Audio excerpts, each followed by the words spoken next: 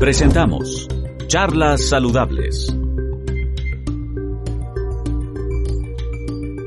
Muy bien, buenos días. Estamos nuevamente en un programa de Charlas Saludables con un tema que realmente digo que me apasiona.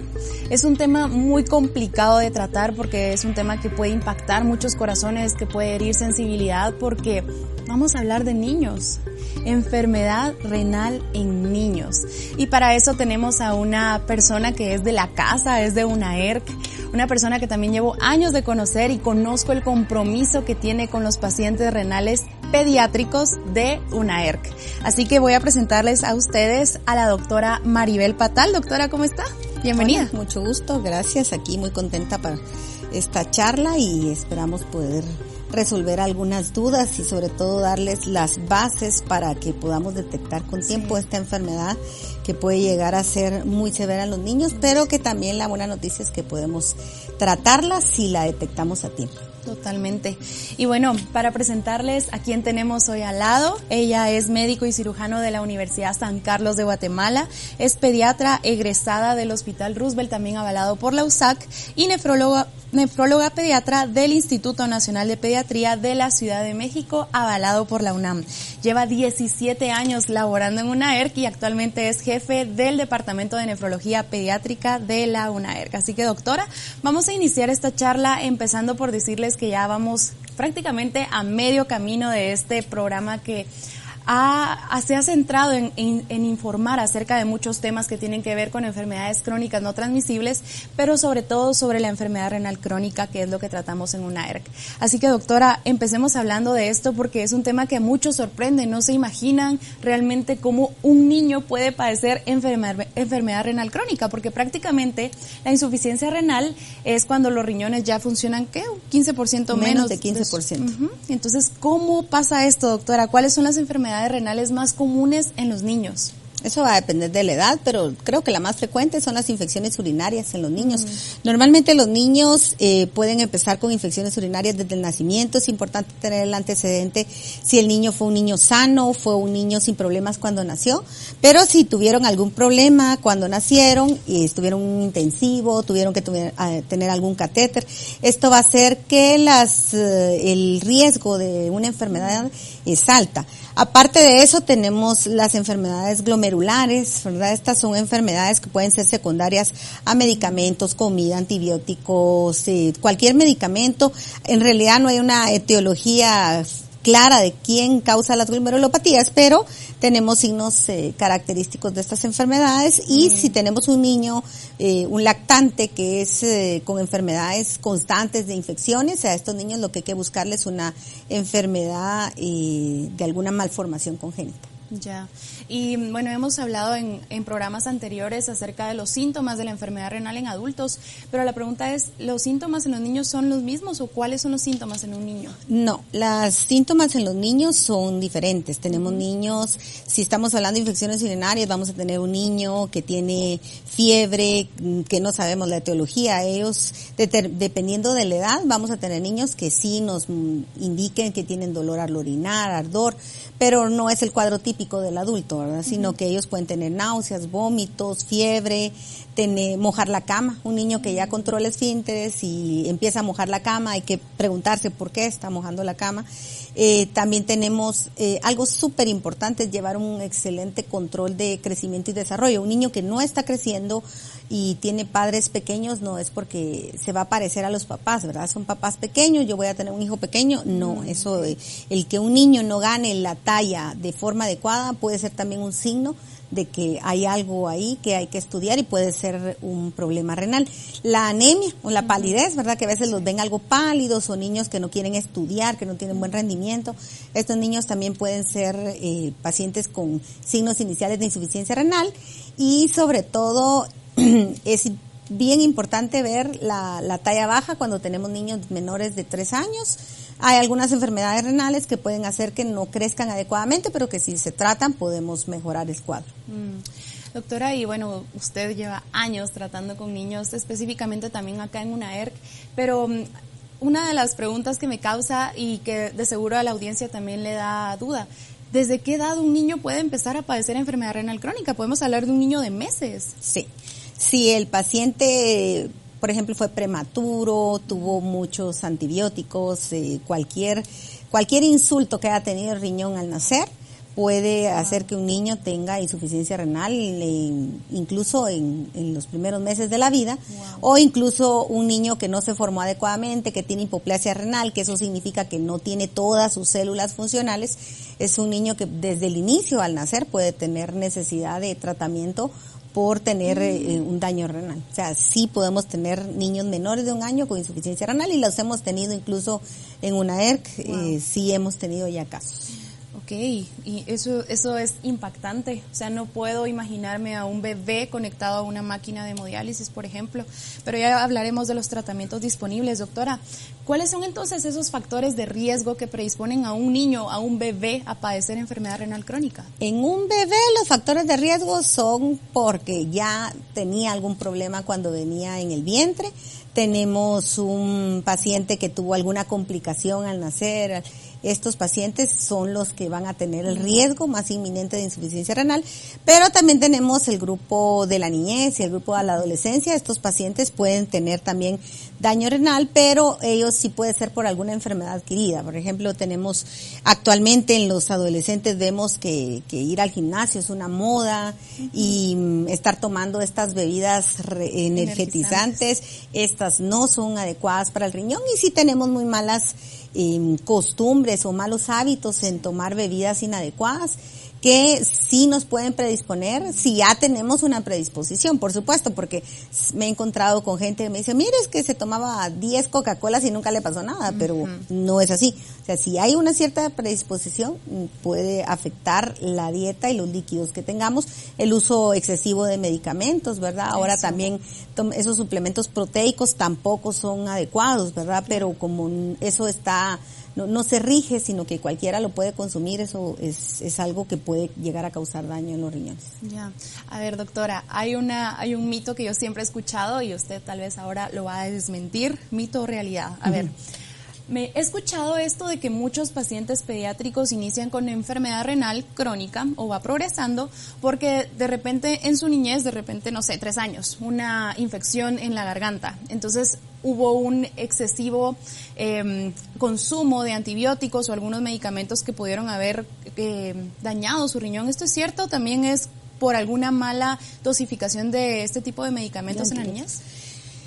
Incluso no sabemos exactamente quién se puede afectar por uso de un medicamento. Existen las nefritis intersticiales que sí son secundarias al uso de medicamentos, puede ser un antibiótico, puede ser un analgésico, ¿verdad? Pero hay una enfermedad específica que sí, que se caracteriza, que es la glomerulonefritis postestreptocócica, que está causado por el estreptococo. Esto afecta la garganta y puede causar insuficiencia renal, sí es correcto, ¿verdad? Por supuesto, tiene que darse un seguimiento adecuado si a los 15 días o 3 semanas de la infección urinaria, de la infección de su garganta, empieza con problemas renales, sí puede ser asociado. O sea, sí hay una enfermedad secundaria a un problema de garganta, o sea, sí hay. Ok, gracias, doctora. Y usted mencionaba bastante acerca de repente la malformación, de repente si el niño fue prematuro, si fue de bajo peso al nacer, pero ¿eso también puede ser hereditario o cuál es el papel de la genética en las enfermedades renales en la infancia? Algunas enfermedades sí son hereditarias, ¿verdad? Sí son son dominantes. Por supuesto que vamos a tener los pacientes un hermano, otro hermano, tenemos gemelos, ¿verdad? Que va a depender si fueron de la misma, si son univitilinos, ellos sí pueden tener problemas de la misma enfermedad, ¿verdad? Tal vez no debutan de la misma manera y en el mismo tiempo, pero van a terminar siendo pacientes renales ambos. Si tenemos padres con alguna enfermedad, algunas enfermedades sí son hereditarias, ¿verdad? Entonces sí, el papel genético es importante, incluso entre los factores de riesgo que estudiamos En cuanto a insuficiencia renal, nos dice que un paciente que tiene un familiar, incluso se debe de preguntar si tiene un familiar con insuficiencia renal. Ok. Ahorita que usted regresó a lo de los factores de riesgo, hablábamos fuera de cámaras un poquito de, ya sabemos que en adultos los factores de riesgo más comunes son la diabetes y la hipertensión. ¿En los niños pasa parecido? ¿También? No, en los niños diabetes realmente, el niño diabético va a ser, si en algún momento va a desarrollar enfermedad renal, va a ser enfermo renal después de haber cumplido 18 años. ¿Por qué? Pues los libros dicen que para tener insuficiencia renal tienes que tener diabetes, por lo menos, más o menos desarrollar la enfermedad 10 años después. Okay. Entonces, difícil que vayamos a ver un diabético menor de 18 años que tenga insuficiencia renal, ¿verdad? Incluso en 17 años que tengo de estar viendo pacientes renales crónicos, no he visto ningún menor de 18 años diabético y aparte de la enfermedad renal. Entonces no es lo común. En niños tiene que ver, como le decía, el uso de los medicamentos, infecciones, síndromes nefróticos, nefríticos, que son enfermedades que sí pueden presentarse en la niñez y que si no las diagnosticamos o tratamos adecuadamente pueden desarrollar insuficiencia renal crónica. Doctora, ¿dónde acaba el papel importante de una nefróloga pediatra? O sea, ¿a qué edad? ¿De qué edad salta ya el niño a ya nefrología de adultos? Depende del país. En nuestro país tenemos, no está escrito en ningún lado, okay, pero por lo menos los hospitales nacionales a partir de 13 años mandan a un niño al área de adultos. Yo me formé en México como nefróloga, entonces allá veíamos niños de 17 años, 11 meses en el hospital de pediatría. Okay. Entonces, incluso en otros lados del mundo, un menor de edad es cualquiera que no tenga 18 años. En una ERC vemos pacientes hasta los 18 años, ¿verdad? Sí, ¿verdad? Seguimos esa cuando se inició el programa de pediatría en el año 2006. Empezamos viendo desde el inicio menores de 18 años. Ese era desde 0 a 18 años. Ese es nuestro grupo de pacientes. Doctora, ya que usted mencionó un poquito del programa de pediatría en UNAERC, me quisiera detener ahí antes de seguir con el tema amplio de la enfermedad renal en niños. ¿Cómo ha sido el progreso de la enfermedad renal en niños en UNAERC? ¿Cómo ha sido el crecimiento de la nefrología pediátrica en UNAERC, usted como jefe del programa? Bueno, como sabemos, pues UNAERC lleva 25 años trabajando, sí. Próximamente tendremos 26 años, pero en estos 25 años, los primeros años no había programa de pediatría, ¿verdad? En el año 2006 se inicia el programa de nefrología pediátrica, veíamos, bueno, yo era la única, cuando yo llegué ahí se inició el programa y empezamos a tener pacientes en diálisis ambulatoria. Sí. Teníamos excesivamente, probablemente 20 a 30 niños, ese era nuestro grupo, ¿verdad? Pero con el tiempo ha ido creciendo, actualmente estamos entre 250 y 300 pacientes al mes que vemos de forma rutinaria en diálisis peritoneal continua ambulatoria. Wow. Y el grupo de pacientes en hemodiálisis también ha aumentado, ¿verdad? También, antes habían probablemente menos de 10 pacientes, ahorita la última estadística que tuvimos del mes pasado, habían 50 pacientes menores de 18 años en hemodiálisis, o sea que sí ha aumentado mucho el programa y el programa se formó como tal un departamento un servicio de nefrología pediátrica hace 4 años, ¿verdad? Y entonces desde ese tiempo para acá nosotros ya somos 2 médicos los encargados del programa. Sí, ¿verdad? Pero sí ha ido creciendo, definitivamente. Y seguirá creciendo. Siempre tenemos pacientes nuevos cada día, ¿verdad? Entonces, esta enfermedad pues va en aumento. Sí, definitivamente, doctora. Y bueno, antes de irnos al corte, hablemos de cómo detectar entonces la enfermedad renal en niños. ¿Cómo se diagnostica en los niños? Lastimosamente nuestra cultura es una cultura curativa. No tenemos cultura de prevención. Y si lo ideal sería algo tan simple como hacer un examen general de orina, como tomarle la presión arterial al paciente, incluso arriba después de los 3 años de edad debería ser obligatoria la toma de presión arterial en un niño, aunque el niño sea sano, o sea, solo como control, como es el control del crecimiento y desarrollo, también tendríamos que tener un control de la presión arterial, un examen de orina, ¿verdad? Es algo barato, es un examen físico básicamente, ver que esté creciendo adecuadamente, ganando peso, presión normal, un examen de orina normal. Sería como lo básico. Ideal sería poder tener una creatinina, un nitrógeno urea, una hematología. Pero si no tenemos acceso a esos laboratorios, con un buen examen físico y un examen de orina, podríamos por lo menos hacer un tamizaje muy realmente bueno y que nos serviría como pasar a los que no pasaron o tienen algo que no concuerda, pasarlo a una segunda fase que ya sería hacerle laboratorios. Okay. Pero, como le digo, no lo hacemos. Pocos padres llevan a un control de niño sano a sus niños, ¿verdad? Y ahora, antes de terminar el tema del diagnóstico, ¿en qué momento? Porque normalmente un papá, una mamá lo que hace es llevar a su hijo a su pediatra, ¿verdad? Exacto. ¿En qué momento ya es necesario que ingrese la especialidad de la nefróloga pediatra?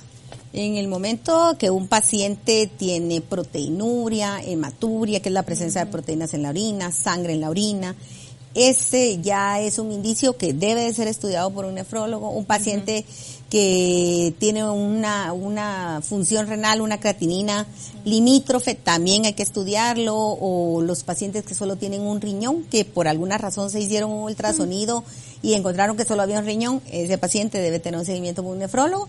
Y obviamente ya las enfermedades como tal, o las infecciones urinarias, esas son otras, ¿verdad?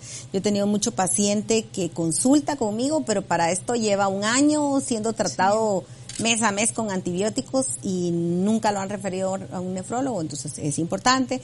Los cálculos renales también, ¿verdad? Entonces hay varias enfermedades y la verdad es que un seguimiento no es que los vayamos a ver a cada rato, sino que hay pacientes que incluso tienen una evaluación anual, ¿verdad? Solo por control, que han tenido alguna enfermedad y los dejamos con controles anuales. Es para poder detectar si en algún momento hay que hacer algo más, algún otro tipo de tratamiento. Yeah.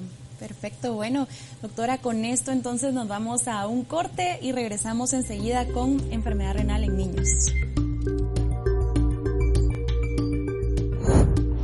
Charlas Saludables, un programa donde usted aprenderá a conocer, prevenir y cuidar sus riñones. Producido y presentado por la Unidad de Atención al Enfermo Renal Crónico, UNAERC, y Canal 9, el canal del Congreso de la República. Charlas Saludables, un programa donde usted aprenderá a conocer, prevenir y cuidar sus riñones. Producido y presentado por la Unidad de Atención al Enfermo Renal Crónico, UNAERC, y Canal 9, el canal del Congreso de la República. Estamos de regreso en este tema que, como les decía, es apasionante porque es apasionante saber más, conocer más acerca de la enfermedad renal, pero este tema que sensibiliza mucho, voy a hablar por mí, pero de seguro a usted también le pasa, sensibiliza mucho el corazón conocer que hay bebés, niños y niñas que también padecen enfermedad renal crónica y lo vemos diariamente en UNAERC, sobre todo la doctora Maribel Patal y su equipo de nefrología pediátrica. Así que, doctora, hablemos de las opciones de tratamiento. ¿Es igual que en los adultos? Sí, en realidad las opciones de tratamiento no cambian. Tenemos pacientes en hemodiálisis, en diálisis peritoneal, esa es la terapia ideal para los niños, es la diálisis peritoneal, que es la colocación de un catéter en el abdomen que básicamente utiliza el área peritoneal como un filtro, las mismas funciones que hace el riñón. Y el ideal del tratamiento, que es el que quisiéramos tener, pero el que no tenemos, es el trasplante renal. El trasplante renal, como sabemos, hay 3 tipos. Está el de donación viva, el de donación, les decía 3 porque existe el cruzado. Ese casi no se ha hecho acá, el Seguro Social ya lo hizo y creo que hay un caso que hizo ya el general San Juan de Dios. Y la donación de cadavérica. Esos son los 3 tipos de trasplante y es el que quisiéramos. Europa es el primero en trasplante en menores de 18 años. Ellos trasplantan de una manera increíble, tanto que los pacientes menores de 18 años no pasan ni siquiera un año en terapia de diálisis, sino que llegan a trasplante y muchos llegan al trasplante preventivo, que es el trasplante renal que se hace antes de llegar a la diálisis. O sea, que eso sería, ese es el sueño, ¿verdad? Pero es difícil porque no se cuenta con lo que deberíamos de tener, que es contar con el tratamiento de por vida para los pacientes de trasplante. Pero esas son las 3 terapias y como les digo, la ideal para niños, diálisis peritoneal. Ahora, de seguro, si a usted le queda la duda, ¿por qué la ideal es la diálisis peritoneal? ¿Por qué? Porque primero es acceso universal, o sea que todos podemos en nuestra casa, si tenemos un lugar adecuado para la diálisis, no tenemos que estar viajando, tenemos una sociedad en que muchas veces ambos padres trabajan, entonces estar llevando a los niños a las hemodiálisis, muchas veces la distancia, entonces realmente esas cosas hacen que dañen más la economía de la familia, mientras que si tenemos la diálisis peritoneal es un tratamiento gratuito que da la unidad, entonces esa es una gran ventaja, y que la diálisis se adapta a los horarios del niño. Si el niño va a estudiar en las mañanas, pues en la mañana se adecúa a su horario de diálisis, ¿verdad? O si estudia en la tarde, también. Entonces eso hace que podamos tener más flexibilidad para incorporarlo a su sociedad, ¿verdad? Mientras que la hemodiálisis, si tenemos 3 días a la semana, y el niño estudia en las mañanas y yo lo voy a hemodializar lunes, miércoles y viernes, seguro 3 días no va a ir al colegio. Entonces tengo que adaptar la vida del niño a la hemodiálisis, mientras que la diálisis peritoneal se adapta la diálisis a la vida del paciente. Entonces es más flexible, ¿verdad? Sí. Y mantiene, hay estudios donde dice que mantiene muy bien la calidad de vida del paciente, por supuesto, como dije anteriormente, idealmente poderlos trasplantar, claro, tenerlo en las mejores condiciones para cuando llegue el trasplante. Claro. Y doctora, usted habla un poquito de esto del estilo de vida de un niño. Si para un paciente adulto es difícil en muchos sentidos, hablemos un poquito de lo difícil que es para un niño socialmente, psicológicamente, físicamente. ¿Cuáles son los desafíos más comunes en la enfermedad renal en niños, doctora? Creo que los desafíos más grandes son 2. En los menores, en los adolescentes que no han llegado a la adolescencia, creo que el desafío más grande es poderlos tratar de la manera que puedan alcanzar una talla mínima para lo que tenían programado si fueran pacientes sanos. Porque porque obviamente en los que no son adolescentes, porque en el tiempo en que deberían de desarrollar, muchos pacientes van disminuyendo su velocidad de crecimiento. No tenemos en el área de salud pública cómo ofrecer terapia de hormona del crecimiento, y esto obviamente se va a evidenciar cuando lleguen a la adolescencia, que no crecieron adecuadamente, no representan su edad cronológica con lo que uno ve, ¿verdad? A veces los pacientes tienen 17 años y creemos que tienen 10 años. Sí. Y esa es una de las cosas que más nos preocupa, porque sí afecta lo que tú preguntaste, que afecta desde el punto psicológico, claro, el bullying en el colegio, ¿verdad? Y cuando entran a la adolescencia, ese es otro tema, porque el adolescente, ya con sus problemas de la adolescencia que todos en algún momento tuvimos, más los problemas de la insuficiencia renal, de tener que estar amarrados a una terapia, el no poder comer todo lo que quisieran, ¿verdad? Claro. Los líquidos se los restringimos muchas veces, tomar muchos medicamentos o las inyecciones. Entonces todo eso hace que el paciente se vuelva un poco más introvertido en algunos, sí, o más rebeldes, ¿verdad? Que eso es lo que nos sucede, que uno les da las indicaciones pero no las sigue porque ellos quieren ser normales. Pero aún con todas estas con todos estos obstáculos que tienen, pues tratamos en la unidad pues tenemos apoyo psicológico, de nutrición, y verlos como los vemos una vez al mes, poderlos apoyar cuando vemos que no está siendo suficiente solo el tratamiento médico, sino que necesitamos un poquito de ayuda de psicología, y hay pacientes que incluso llegan por la misma enfermedad está escrito que pueden tener un trastorno psiquiátrico, y también hemos tenido el apoyo con médicos de psiquiatría y han mejorado mucho la calidad de vida del paciente. Sí, es que realmente hemos visto de repente que hay muchas campañas de no hacer bullying, no discriminar a niños, personas de repente con, no sé, se me ocurre una discapacidad auditiva, pero también hay otras enfermedades que padecen niños, como la enfermedad renal crónica. Doctora, hay cosas que podamos ver en un niño, por ejemplo, hablándole un poquito a los papás de niños que no son enfermos renales, ¿qué podemos ver en un niño que, por ejemplo, la fístula, ahora que es visible?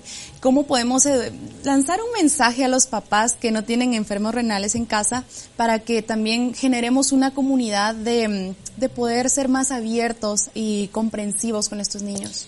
Yo creo que justamente, ¿verdad? Un poco educación al final. Sí. Primero, cualquier discapacidad no es ni debe ser el objetivo de alguien de burlarnos de esto, ¿verdad? Porque tenemos que enseñar a nuestros hijos que debemos primero de ser agradecidos, porque si somos sanos, perfecto, ¿verdad? Sí. Pero también ser empáticos en aceptar que no todos somos iguales, y a estas personas que tienen alguna discapacidad, y la insuficiencia renal como tal, pues no es una discapacidad, es una enfermedad, pero el niño puede hacer todo lo que normalmente hace el niño que está sano, pero sí tenemos que ser empáticos de saber que él ya se siente mermado en su salud y tenemos que apoyarlo. He visto las dos caras de la moneda, niños que son apoyados increíblemente por sus compañeritos, y también tenemos niños que han sido acosados por los compañeros, ¿verdad? Porque el niño es pequeño, porque tiene un catéter.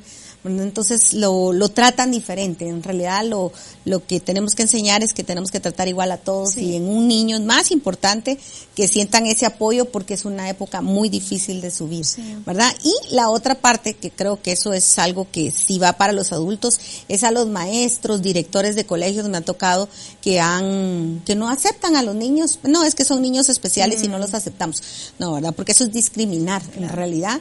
Y entonces también incluso debería haber algo que dicte, una ley, qué sé yo, que pueda decir que no podemos discriminar a un paciente por ser renal crónico y solo por eso no aceptarlo en un colegio, que sí nos ha tocado que no los han aceptado solo por el hecho de ser renales crónicos, porque creen que es una carga para el colegio y puede haber algún problema, pero en realidad no, un niño bien tratado puede tener una vida parecido a lo normal.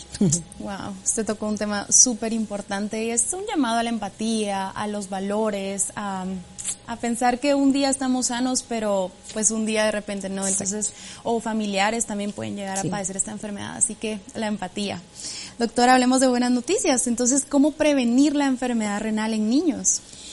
En esta época en que somos tecnológicos, ¿verdad? Creo que acá es algo bueno, por supuesto, la tecnología es excelente, pero creo que esas cosas buenas que hacían los padres que nos permitían salir a jugar y todo, por supuesto los tiempos cambiaron, pero sí tomar en cuenta de que la tecnología debe ser limitada. ¿Por qué quiero que la limiten? Porque quiero niños que se ejerciten, que jueguen, ¿verdad? ¿Cuál es el ejercicio de un niño? Jugar, ¿verdad? Entonces que jueguen, que interactúen, que tengan una dieta saludable, ¿verdad? Eso. Me toca ver niños que en la lonchera llevan botanas, un tetrabric de jugo tóxico, y las frutas no las conocen. Entonces tenemos malos hábitos, y hay mucho colegio que ya ha educado a los padres a las loncheras saludables, ¿verdad? Es un término muy nuevo, pero que es lo que tenemos que hacer: dietas saludables,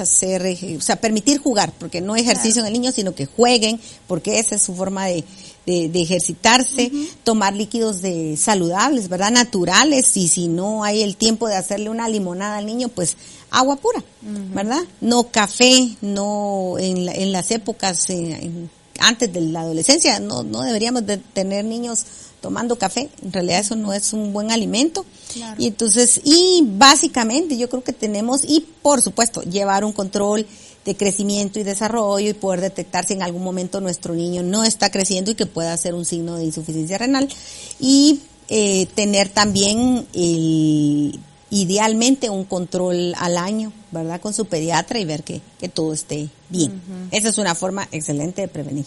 Sí, perfecto, doctora. ¿Y cuáles serían las perspectivas a largo plazo para un paciente renal crónico, pero un niño? Dependiendo si lo logramos trasplantar antes o en el periodo de la adolescencia, dependiendo si estuvo antes de ese tiempo la insuficiencia renal, es excelente.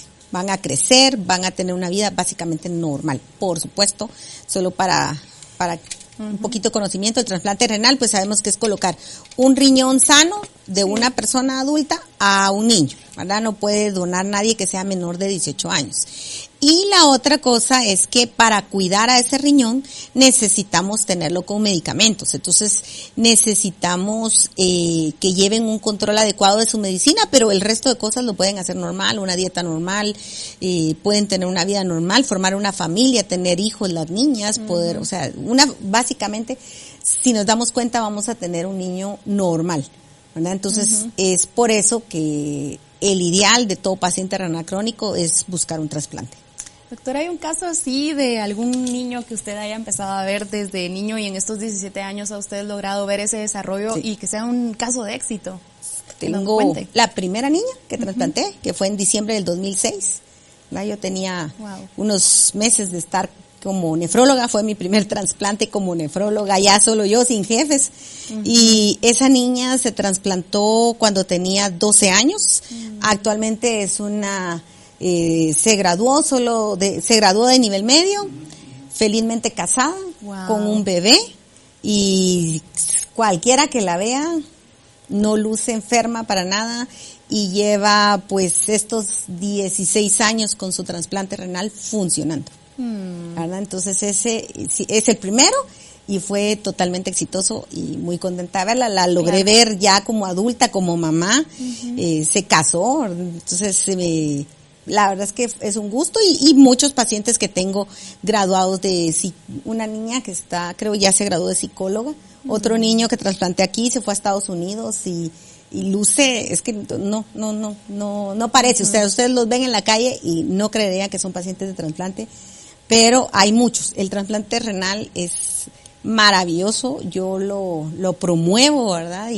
Y siempre a todos los niños que llegan por primera vez a la unidad, siempre les hablamos del trasplante y lo estamos impulsando, porque sabemos que es lo único que va a hacer que nuestros niños mejoren. Y la verdad que aprovecho este espacio a hacer un llamado a los sectores que correspondan y que tengan algún tipo de influencia en el sistema de salud a poner especial atención a este tema del trasplante renal. Sé que hay muchas iniciativas que pueden fortalecer y llegar a algo más concreto para mejorar esto que pues necesitan estos pacientes renales para tener un trasplante renal, medicamento de por vida, pues este tipo de cuestiones que puedan ya ser prácticamente una de las únicas opciones. O sea, que no sea primero la hemodiálisis y luego la diálisis peritoneal, sino que el trasplante renal pueda ser en algún punto en Guatemala la primera opción de tratamiento, ¿verdad? Y bueno, doctora, este es su momento. Le vamos a dejar ahora para que usted le dé a la audiencia un consejo saludable.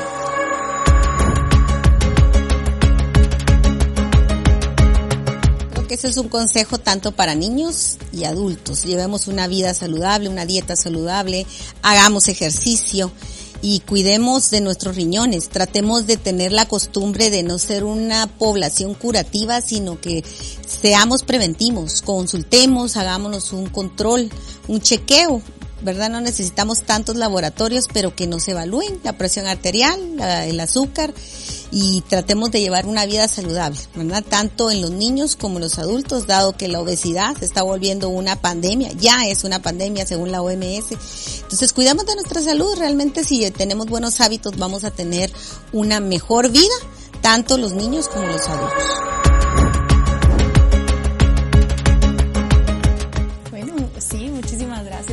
Siempre es bueno recordar este detalle de ser preventivos antes que reactivos. Así que vamos a este espacio pequeño en donde respondemos algunas preguntas que nos llegan de la audiencia, doctora. Primero preguntan por acá, ¿cuál es la edad promedio diagnosticada en los menores de edad con problemas renales en Guatemala? Los pacientes que tenemos en UNAER tienen un promedio de 12 años. O sea, casi todos el grupo más grande que tenemos es de adolescentes. Okay. ¿En UNAER no hay bebés? El niño más pequeño que tenemos ahorita es una nena de 4 años. Es la más pequeña. Perfecto, doctora. ¿Y el tratamiento de un menor es igual el proceso de recuperación al de un adulto? Si estamos hablando de insuficiencia renal crónica, solo para poder como confirmar que es en realidad la insuficiencia renal crónica, no tiene tratamiento curativo, claro, no solo es tratamiento para mantener la salud lo mejor posible, pero nunca se va a curar. Incluso un trasplante renal sigue siendo un tratamiento y no es una cura. El proceso es exactamente igual, ¿verdad? En todos los adultos y niños se inicia con colocación de un catéter, se inicia la terapia, se sigue la terapia en casa, aunado dieta y medicamentos, y todos con el objetivo de, si es posible, poderles hacer un trasplante en el menor tiempo posible, que va a depender si tenemos un donador vivo o tener que entrar a una lista de espera de trasplante cadavérico. Entonces eso es lo que hace la diferencia en cuanto a la espera. Pero la recuperación de un paciente enfermo que llega en muy malas condiciones, cuando ya hemos iniciado la terapia, realmente es al mes tenemos a un niño o a un adulto en muchas mejores condiciones que cuando llegó. Entonces sí mejora el estado clínico, pero sabemos que no lo estamos curando. Claro, sí. Gracias, doctora. Y la última que nos llega de la audiencia dice, ¿la enfermedad renal en los menores se da más por herencia? O sea, ¿es más hereditaria o depende más de sus hábitos como la alimentación? No, la hereditaria realmente es un porcentaje bajo. Es más bien las enfermedades que han ido padeciendo y también de los hábitos, ¿verdad? Ahora vemos mucho paciente obeso o tenemos, desgraciadamente, como los medicamentos son de venta libre, muchos medicamentos analgésicos se venden y se toman, le duele la cabeza y le da el medicamento. Entonces esas pueden ser las causas, pero hereditario es menos y adquirido es más. Sí. Y bueno, con eso respondemos entonces las preguntas de la audiencia, doctora. Y para finalizar, miren, quiero que dé unas palabras finales, pero lo voy a dividir en dos. Eso. Primero, dele palabras finales a los papás para ayudarlos a mantener pues la salud en sus hijos. Tratemos de cuidar la salud tanto alimentaria, creo que es de las cosas que más preocupan, ¿verdad? Tratemos de llevar una vida más saludable, ¿verdad? Y tanto los padres, los niños solo son el reflejo de los padres, ¿verdad? Si nosotros somos saludables, vamos a tener hijos comiendo saludables. Si nosotros comemos chatarra, los niños van a ser pues solo nuestro reflejo. Entonces es una forma adecuada de iniciar una forma de cuidarnos, tanto nosotros como a nuestra familia.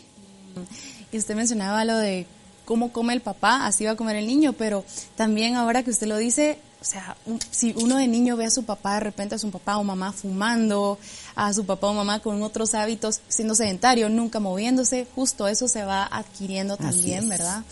Y bueno, doctora, ahora para finalizar, ahora sí, piense en sus pacientes. Yo he visto realmente cómo la quieren sus pacientes y los papás de sus pacientes. Hemos tenido actividades para el Día del Niño en donde usted está presente y veo el cariño que le tienen los pacientes y las pacientes, y la verdad es que eso no se gana más que con cariño, con amor y con esa dedicación con la que usted atiende. Así que unas palabras para sus pacientes. Bueno, yo agradecida porque sí, a mí cuando me preguntan cuál creo que fue el objetivo por el que Dios me mandó a esta tierra, realmente hoy, después de 17 años haciendo esto y trabajando trasplante renal, es lo que más me gusta. Me gusta, soy muy estricta, eso lo saben muy bien los niños y los papás, pero siempre les digo que el único objetivo es que yo quiero verlos bien. Cada vez que entran a esa consulta, no ver un niño enfermo, sino un niño que, aunque yo sé que está enfermo, luce muy bien, y que cuando salen afuera preguntan, ¿es un paciente? Y le respondo, sí, es un paciente, pero no lo parece. Ese es el objetivo cuando no podemos hacer un trasplante. Y cuando tengo la bendición de haberlos diagnosticado, luego tratado en diálisis y después trasplantarlo, en realidad el regalo más grande lo obtengo yo, porque esa satisfacción no tiene precio. Y es un privilegio que Dios me dio poder trabajar con pacientes renales y sobre todo en los niños. Gracias, doctora. Y pues bueno, recordarles que tal vez yo no estoy de cerca con el área médica, pero aún así he tomado mucho cariño. Así que solo quiero decirles, niños y niñas de UNAERC, los queremos, los valoramos y siempre los vamos a recibir en una familia. No están solos. Y yo creo que con eso vamos a cerrar entonces el tema, doctora. La verdad es que ha sido una plática muy bonita, entendí muchos otros términos que tal vez no había tratado, pero realmente hace una labor muy importante usted con la doctora que también forma parte de su equipo. Gracias por estar en este espacio y venir aquí a hablar a Charlas Saludables sobre enfermedad renal en niños. La verdad es que es de la casa, 17 años en UNAERC, no son cualquier cosa. Así que gracias por acompañarnos. A usted también, si tiene algún otro tema que quiera que platiquemos en este espacio, pues sabe que nos puede seguir en nuestras redes sociales como UNAERC Guatemala en Facebook o @unaerc.gt en Instagram. En TikTok también estamos como unaerc.gt. Así que gracias por este momento, doctora. Que Dios la bendiga y nos vemos en la próxima. Gracias. Tengan todos muy buen día.